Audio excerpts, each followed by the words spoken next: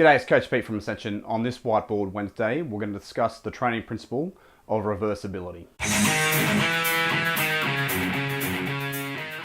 Now in the past, we've looked at how training stress, or how stress from training is applied that leads to adaptations and improvements in different aspects of our health and fitness.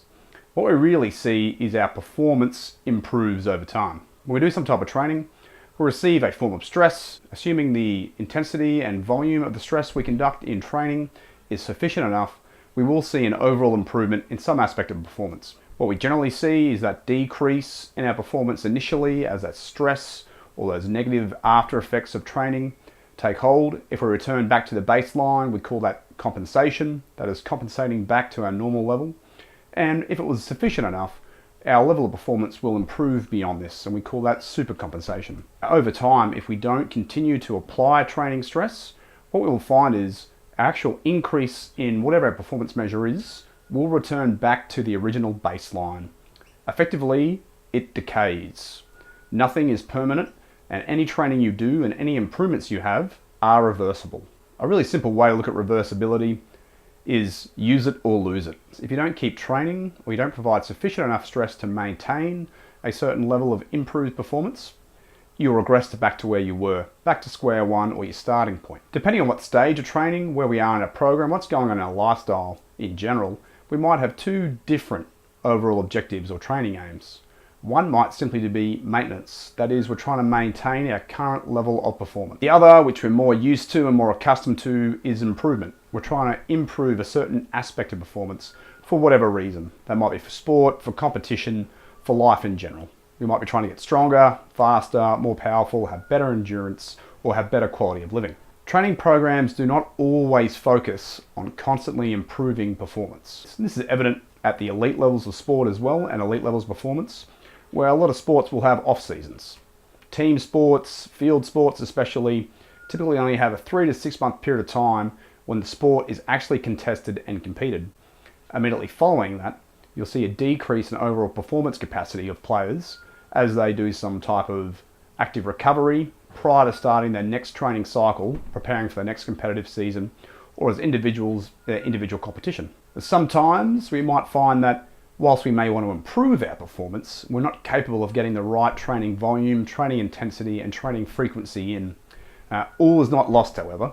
It might be a time to switch to a less frequent, lower volume program that aims to just maintain certain levels of performance or fitness. We'll also find when you're trying to improve two very distinctly different fitness qualities, such as absolute strength and aerobic endurance, you might find it really hard to improve both at the same time. At different parts of your life, depending on the requirement for both, you might aim to simply try and maintain one as best you can whilst improving the other. We also have to consider times when we're either injured or ill, and even times when we're undertaking rehabilitation. Because we can't undertake the required amount of training due to injury or illness, we will suffer some form of detraining and a decay in certain fitness qualities. Once we've completed a rehabilitation, we're not back to where we were to begin with.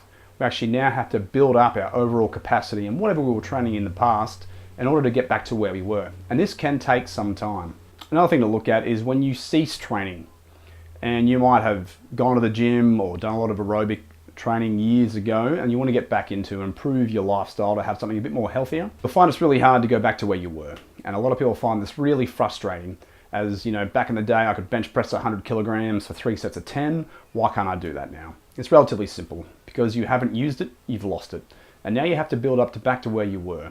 Now it's going to take some time to build up to back to where you were, or to improve in general. My advice when it comes to detraining, or especially when we're injured, ill, or we've had a large pause in training and we're getting back in, is not to focus on the destination, but instead to focus on the actual journey.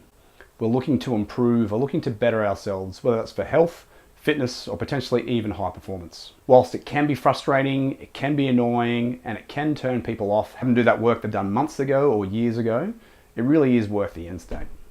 We find not just does our training ability reduce, but our training maturity can also decay and relapse as well. Even though we might have been an intermediate or an advanced level athlete or performer back years ago, we may have regressed back to the stage of being a beginner. What type of training should you do then if you've suffered some form of detraining?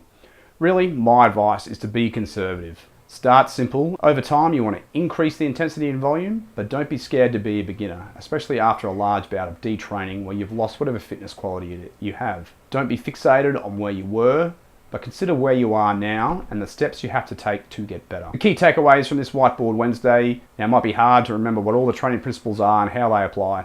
This one, in my mind, is the simplest to understand and makes the most sense, and it's probably the most applicable or useful to understand when it comes to training, and that really is use it or lose it. Next, consider if you're trying to improve or maintain a certain aspect of your health and fitness. We don't need the same amount of intensity, volume, and frequency to maintain that fitness quality we've already acquired.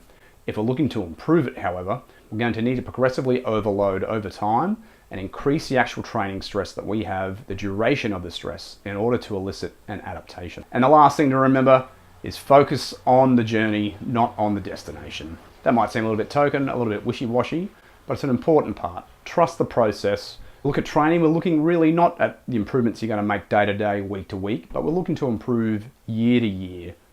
And if overall we're getting better, we're getting better. There will be hiccups, there will be problems along the way, and we may have to deviate to get back on track. That's fine. It's not the end of the world. Remember, the journey is important and it will pay dividends in the long run. Don't look for short, quick fix solutions, because generally it's a scam or a fad and a waste of money.